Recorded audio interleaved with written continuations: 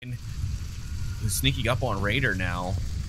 Is he capping from there? No, he can't. No, he's checking numbers. He should cap. Raider's not even paying attention. Raider's looking at... Raider just shot Vegas in the face. That is the worst thing you could have done. Of all the people on the map. And then Box Toys will hear the call-outs, and that should be a kill. And a round 2 for the Horsemen. I can't explain that one away. That was just bad. That was bad play by Raider, and Raider should be punished for that. That was...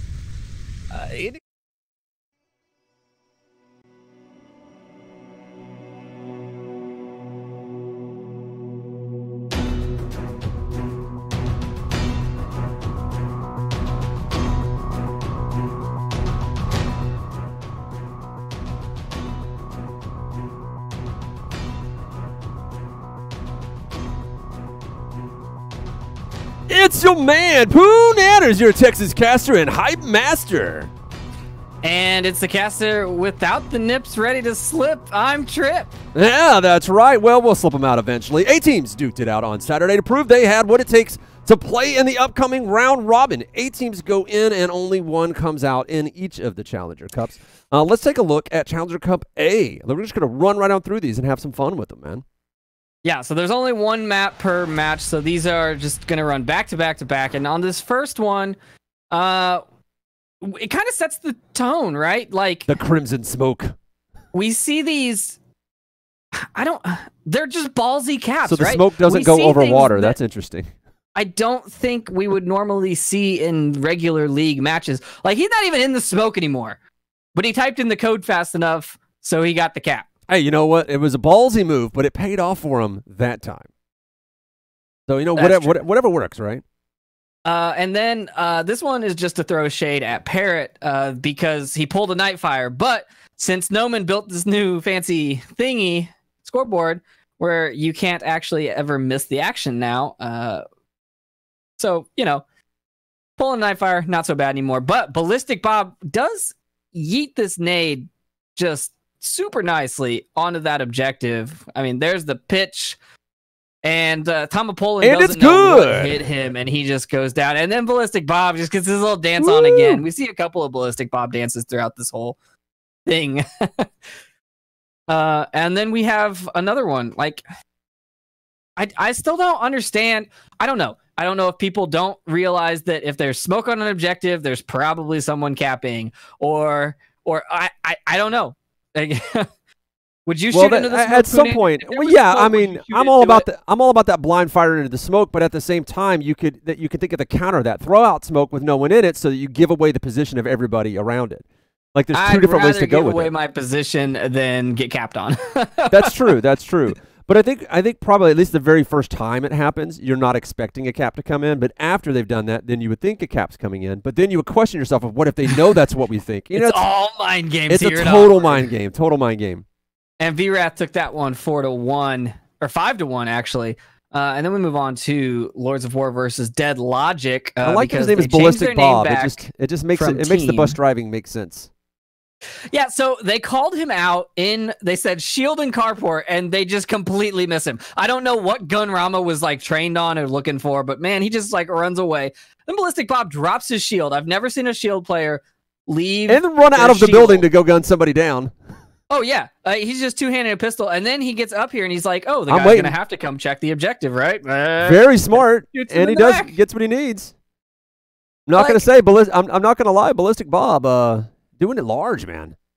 It was interesting moves, and they paid off. You know, that's what we like to see, when somebody does something unexpected and it still works. Yeah, it was very impressive. And then, you know, this one was pretty impressive, too. That nade went into the window. Oh, such a hard shot. Which is impressive on its own. The res comes out from Bullets on the cap. He doesn't make it. Cap gets high voltage.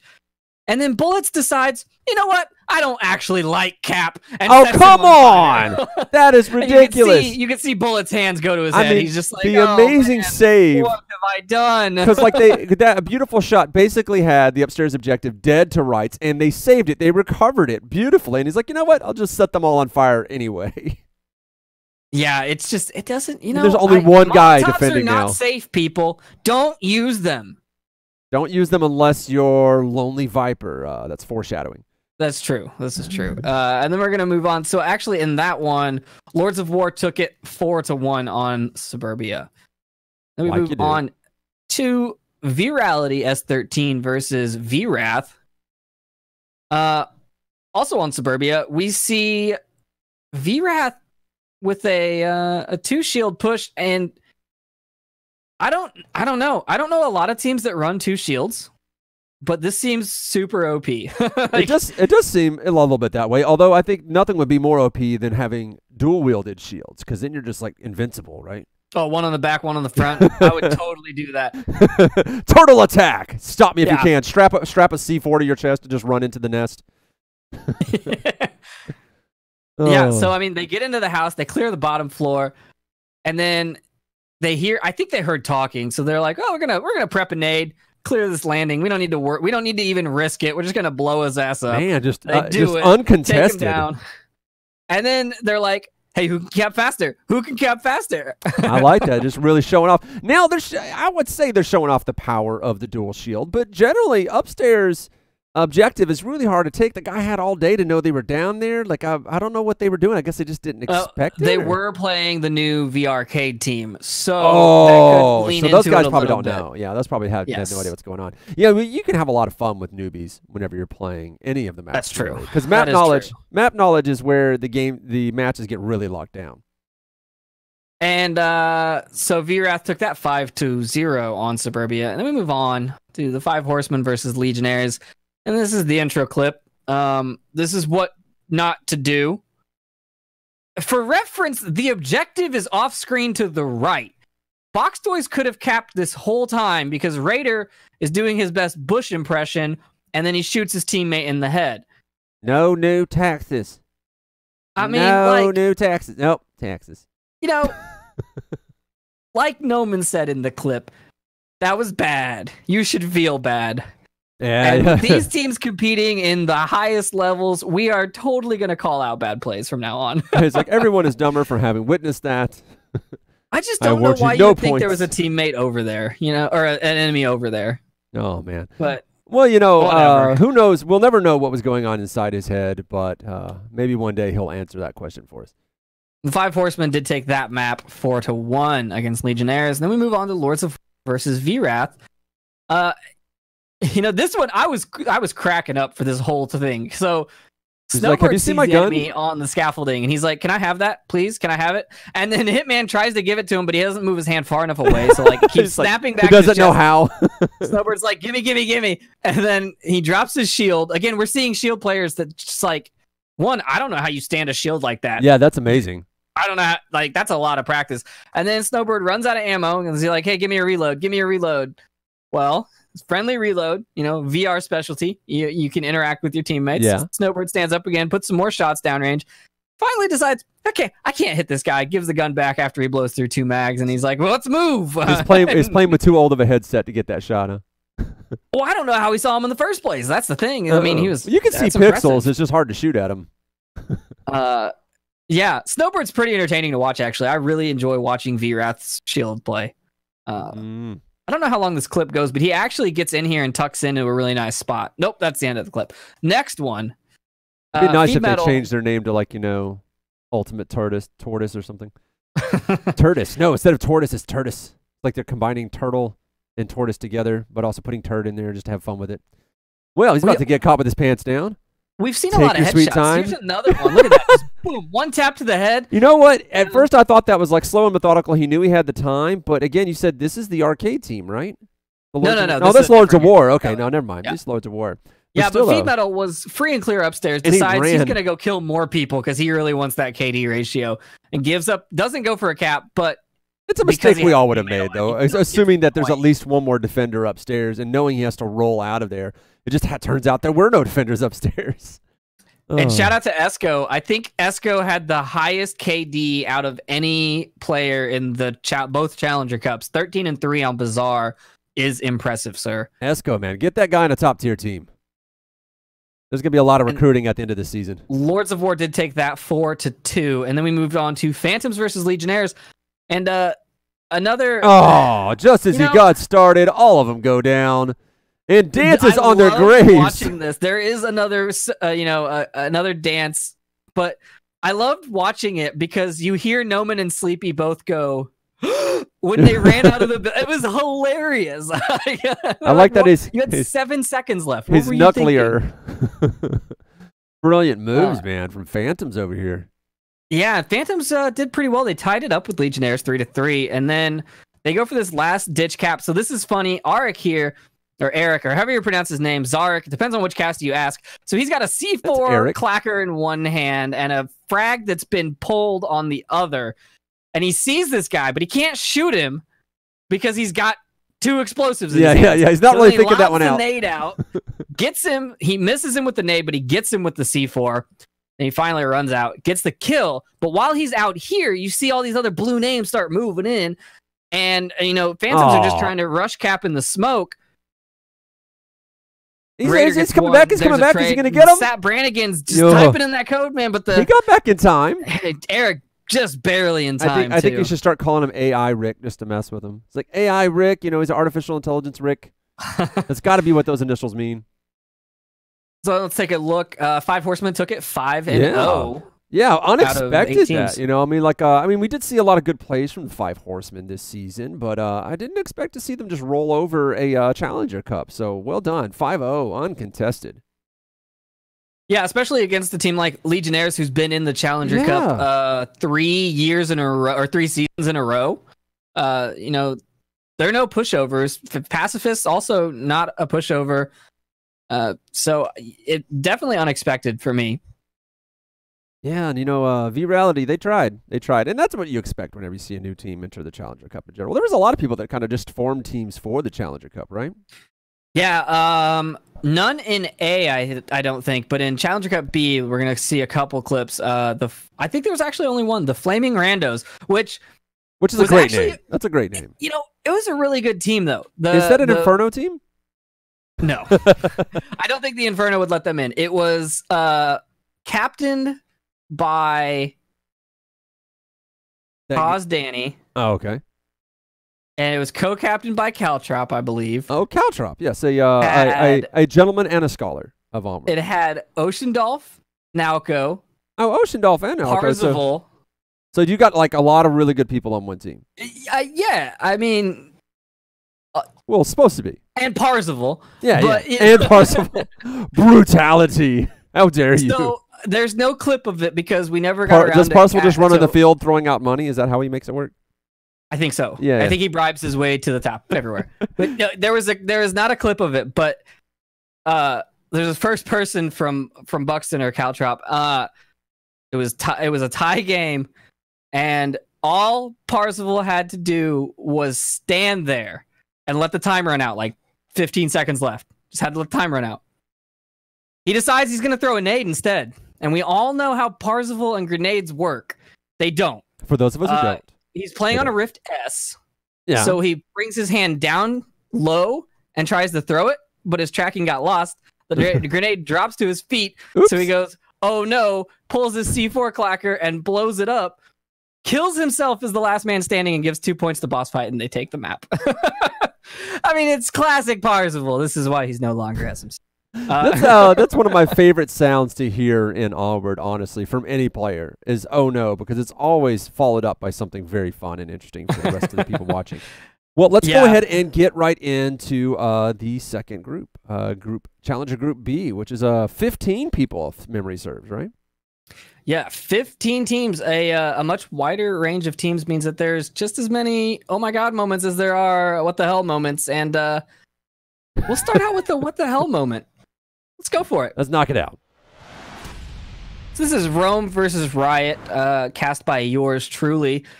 I don't know if you want to turn the audio up on this one, but you're just going to hear me yelling at Rika. I'm not hearing it. Just give it a sec. This is a lot of silence. He hasn't made the bad decision yet. There's a lot of silence coming from your casting here, Trip. What happened? Here. There it is. No! That's it? I mean, I think that's how it just kept going over and over. It was just no. This is your professional commentary. I'm liking this. This is very good. Just dead silence and no. I couldn't believe what I was seeing. He was in the building that you can cap from. Here. Don't shoot, Rika. Don't do it. So it actually sounds like you're my spectating God. instead of commentating. I love it. Oh, for sure. Rika. The hailfire clip that happens later with the longest cap in the world. I also have commentary like that where I'm yelling at the player. And then this one, this is what happens when you get greedy. Once again, we're seeing a couple of greedy plays in the Challenger Cups, and William says, I'm going to go for the cap. Don't kill him. And then he just runs away and drops his shield. And then he decides, I'm going to dance these bullets away. And Yeah. Dance, boy, dance. You know, after watching the guy start chasing your teammate, at some point you should have thought, maybe I should shoot this guy. Yeah. They just let him take him down anyways. They don't care. Oh, man. But Rome actually take that one 4-2. Riot playing down a man the whole time. But it was a very good... Riot had 2 very good chances to take that map. Indeed. And then we go on to Blaze versus Ember, and this is the cap I was telling you about. You can actually turn on the audio for this one too, because it's a pretty long clip. Hailfire, you see him right there. He gets behind enemy lines and he goes for it. And after this, I just start yelling at him. Batman knows he's there. Batman's looking for him.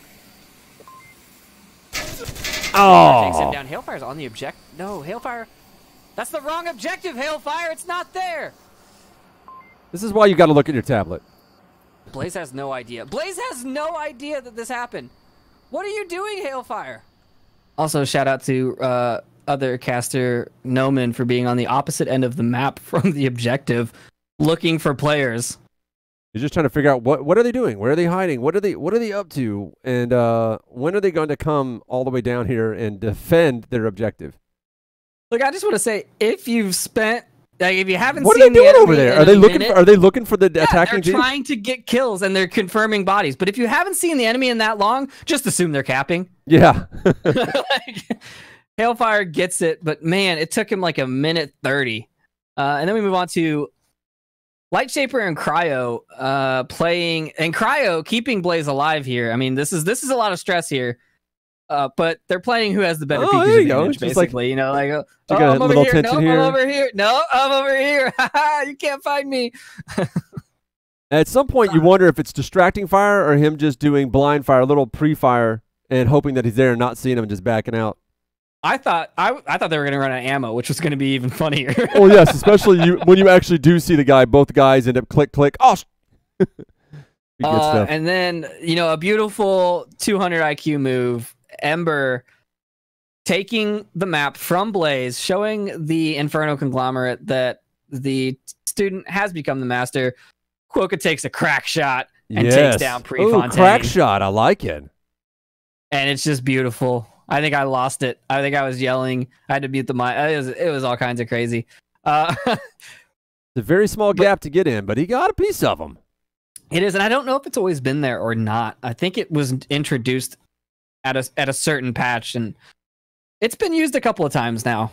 I like it. I like when the devs make just little tiny changes to keep it fresh. Oh yeah. Especially Ember if they took don't tell it 4-2 against Blaze, so congrats to Ember. And then we got Silent Purge versus Boss Fight. Same map, entirely different play styles. They wait to these two teams are EU teams. They waited until like 3:30 before they started making their move, and I think they're down one man each. And then all of a sudden, the EU chaos. EU teams are in another time zone, so they should get to play like with 2 minutes less on the timer, I think. So you always kick off a good push with a team kill, obviously. So there's the team kill, and then Highfish comes in here, gets one, he gets another. Which a nice snapshot, by the way. He doesn't get the third guy. And then Radar's just running in, looking. He gets a nice snapshot onto him, but Ark is still there, alive. So, I mean, yeah. The one place you don't check. 9 people die. That's what, like 1 person per 5 seconds? That's not a bad kill. Yes, but the average over the entire time. That is true. And, talking about the entire time, this one, if you look at the timer, we're what, 3:40 before anything happens here. These two teams are just waiting for the other team to make a mistake, I guess. I don't know. Both teams want it. They know this is their only chance to get into the finals, so you can get some hesitation. That makes sense. But then, holy smokes, Batman, you get 10 smokes that rain in. Although I think they needed to be a little bit more coordinated on their smoke throws because these don't really help. I don't know. Some of them are good. Well, they might not all be smoke experts. You know what I mean? There's probably like 2 smoke experts on the team as a grenade pops in behind them. Luckily, they avoid that got one. up in here. Oh, and they just fall. Yeah, he's there, but they were ready for him. And the rotation is ready too. This is professional play. Like they tried to rush. They tried a little blitzkrieg attack there, not getting the smokes where you expected them to go. But in the end, it looks like it worked out for them. Nope, that one didn't. Silent Purge took that 4-1 against Boss Fight though. In the end, another Boss Fight matchup. Boss Fight versus Flaming Randos. This, the Danglers have started to sue Caltrop for strat infringement. They are claiming that Trop stole this from them. Trop says that he's been doing it since the beginning of time. Caltrop is the highest IQ player in Onward, so he definitely had to have invented this strat. Basically, they just said, we're going to go for it. We're not stopping for anything. He almost shot his teammate. Then he shoots one over here in the corner, which I don't know why you're over there in the first place. And then he's like, hey, guys, let's hang out on the objective. Oh, nope, there's a bad guy here. We should probably shoot him. Gets the guy, says, I'll avenge you. Gets the cap. But, I mean... Spoiler alert. Seconds. I was so into it. Look at that. Seconds matter. That's all you need, though. Down. That's all you need. That's that right there. That's a high IQ play, that 8D chess that we're used to seeing from our boy Caltrop. Yeah, that was it was pretty impressive. Boss Fight actually took that though 4-3, as I said earlier. Blued himself up. So the Silent Purge versus Rome. Another Suburbia bum rush. We're seeing this a lot on the Center House objective recently. Do what it takes, man. If the new meta has changed and it's working, go for it. Honestly, I don't know if it's changed or not. Like it. I'm always like, whatever meta is more entertaining to watch, that's what I want you to do. Wow, narrowly avoiding that team kill, though, when you saw that. As he backs into a knife, catches one right between the legs. They got stuck together at the top of the stairs. Then you see William Dunce, last man standing on objective, goes down. Arc is free and clear to get this cap, and Mike Crooks somewhere. It's getting a little shaky. He's trying to get that number in, and he realizes, oh, nope, screwed up, and I can hear some loud noises. I don't have time to try again. Yeah, he gave up, but it does not go in his favor, and the trade goes to Rome. Man, they had that one, too. And when the nerves get to you like that, it can be real tough. So, I mean, I get it. I wouldn't know. I don't have that problem. Well, not everybody who takes a fat bong hit before they play. Okay, so I asked chat what they wanted to see from this match, and come on, Viper Man said, I wanted to see a Molotov, and immediately following that, Viper sets himself on fire. Then 2 Ember Boys go down to a nice nade. But then, I don't know. This is the part I can't really explain. After I can explain Viper. Viper is Viper. Himself? I can explain that. Yeah, Scooby runs into the fire. I don't know if he was looking for something. Maybe he wanted to be a hero, Just, but Viper was already what was he doing? What was the point of going onto the porch? Well, he just wanted to see if the fire was out, maybe. He's Lego back now. Goes and revives him, and Scooby... So no harm, no foul. Everything's good, right? Scooby rewards Lego for reviving him by downing him with Viper's C4. So basically, the moral of the story is Viper bad. Don't trust him. Yeah. Well, at least Scooby went and picked up a syringe off of the fallen body of his comrade and was able to bring the previously team-killed player up and running. So, I mean, he erased the mistake. There's that at least. Yeah, but I don't think that UC Death can live this one down, as all 5 members of Boss Fight still standing.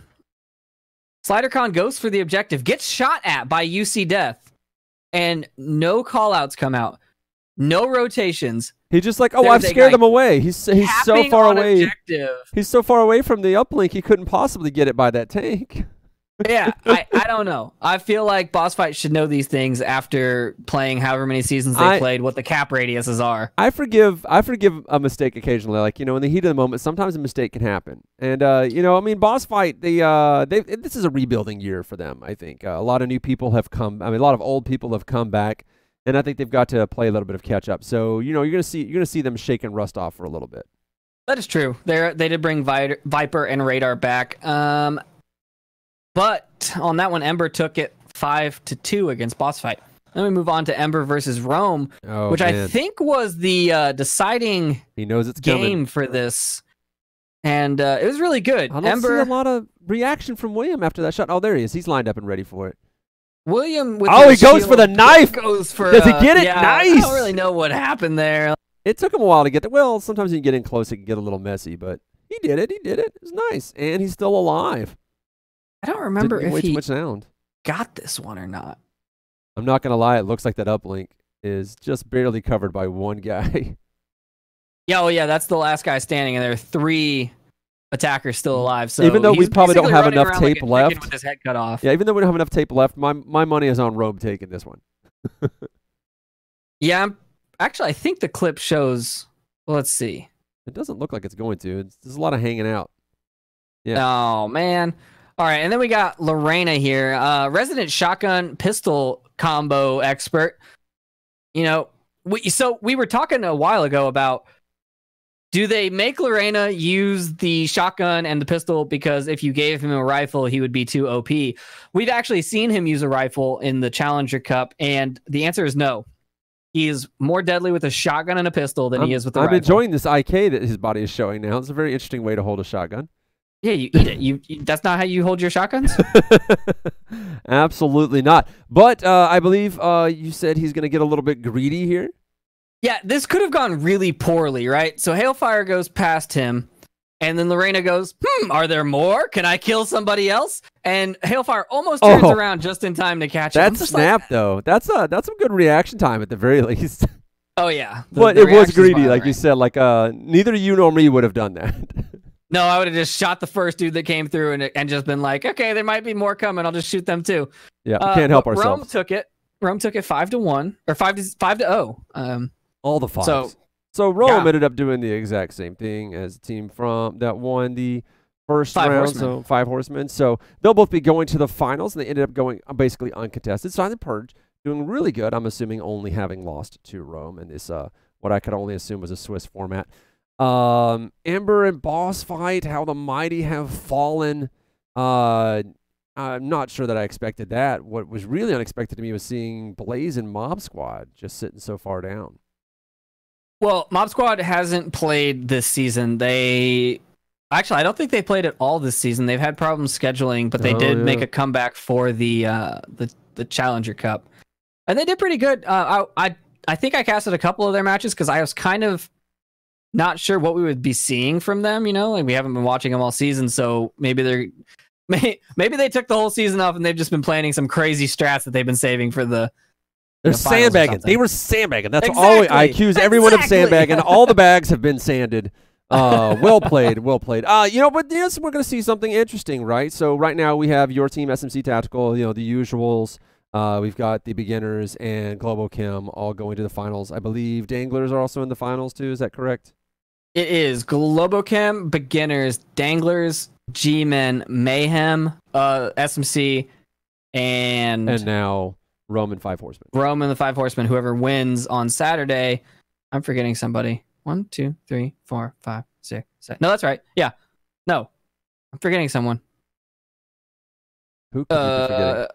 I don't know. Who could I be forgetting? I thought you said somebody has to play on Saturday to get into it. Yeah, Rome and the... Oh, Vikings. Vikings are in... Oh, yeah, that's right, Vikings. How could I have forgotten?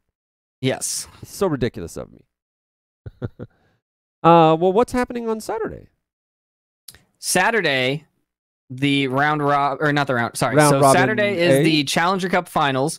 Ah, yes, okay. That's to find out who gets to actually even get into round robin A. Yes. So round robin B happens on Sunday, which is where the Challenger Cup wildcard goes.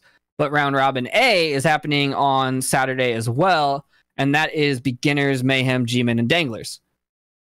Yes, yes. Round Robin A happens directly after the Challenger Cup final. That is correct. Because Same none time. of those teams are involved with each other. So it won't be like nobody Correct. tired. But then the following day, we'll get Round Robin B, as you said. And then the following week, we'll get to the semifinals and the finals. So your team is going to be playing on Sunday?